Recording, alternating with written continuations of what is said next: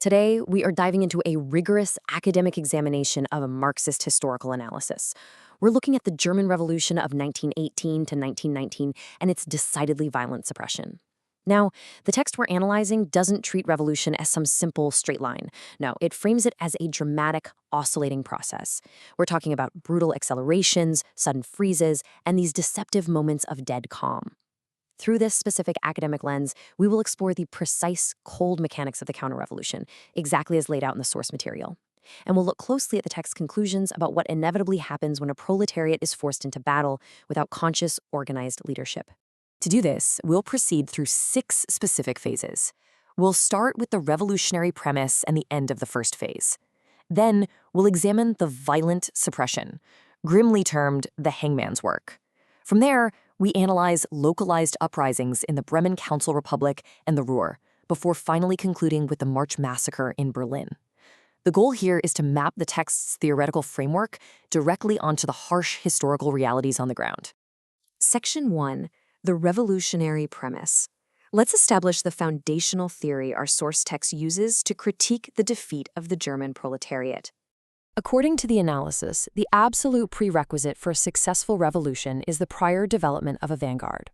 What does that actually mean?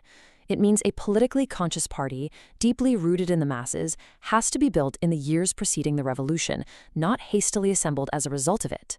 The author makes a compelling argument that the German Social Democratic Party, the SPD, utterly failed this historical task. The text points to August 4, 1914, characterizing the SPD's actions as a severe degeneration into opportunism. By abandoning class struggle in favor of national interest during the war, they essentially set the stage for failure. Consequently, the text posits that because the Communist Party of Germany, the KPD, formed so belatedly, the revolutionary minority was left fatally unprepared and entirely vulnerable to the initiative of their class enemies. Section 2. End of the first phase. After the massive bloodshed of December 1918, any initial optimistic illusions of unity under socialism simply evaporated. This dynamic brings us to a crucial theoretical divide at the heart of our text's analysis. During the KPD's founding Congress, Rosa Luxemburg noted that the initial phase of the revolution was wrapping up. She predicted a shift toward a deeper, economic phase driven primarily by widespread wage strikes. Her framework essentially doubled down on a faith in the spontaneity of the masses. On the other side, the text highlights Vladimir Lenin's counterargument. Lenin insisted that you simply cannot have a revolutionary movement without revolutionary theory. He argued that a structured vanguard party is absolutely required to inject class consciousness from outside the immediate relations of production. So the source material draws a sharp contrast here. Luxemburg's reliance on spontaneous economic strikes versus Lenin's cold assertion that without external party organization, that spontaneous energy could never actually seize power. Section 3. The hangman's work.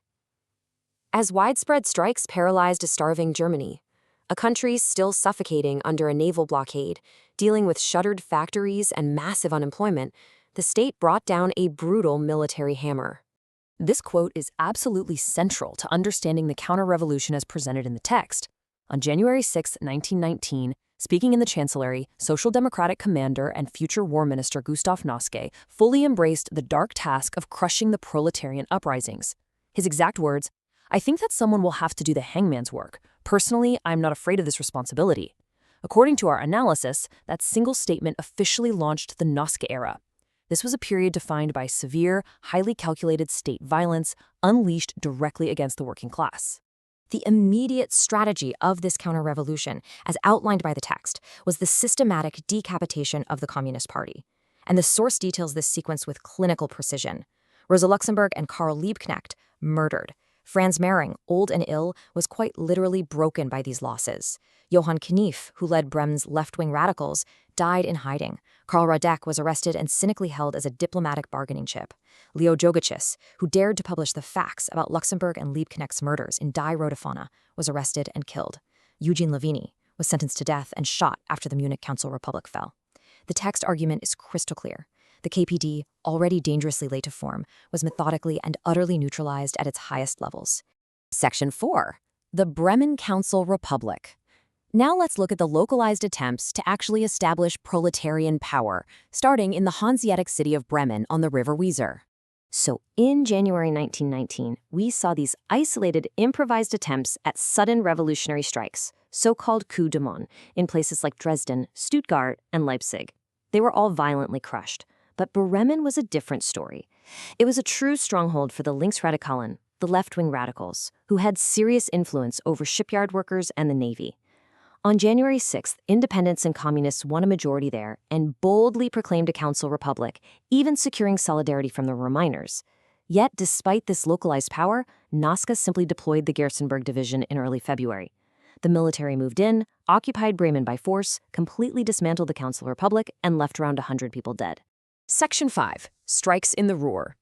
Right around the same time, class conflict exploded in Germany's industrial heartland. Workers there were putting the socialization of the coal mines front and center on the agenda.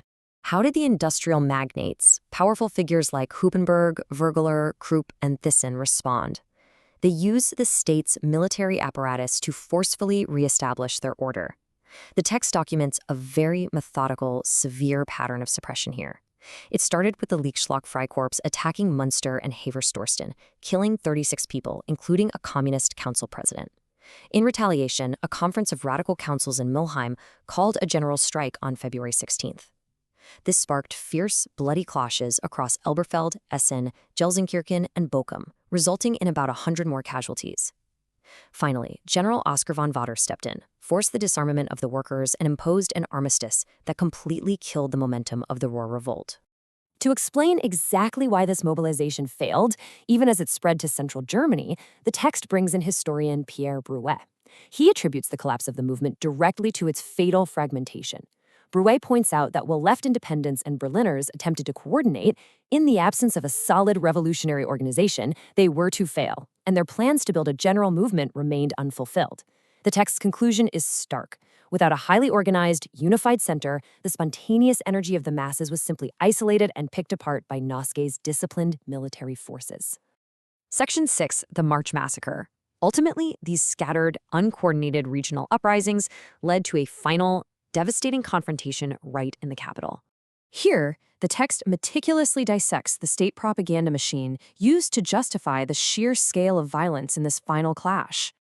In early March, the KPD called for a general strike. Crucially, they urged workers to keep their struggles strictly within the factories to avoid a bloodbath. The government's response? Immediate declaration of a state of siege.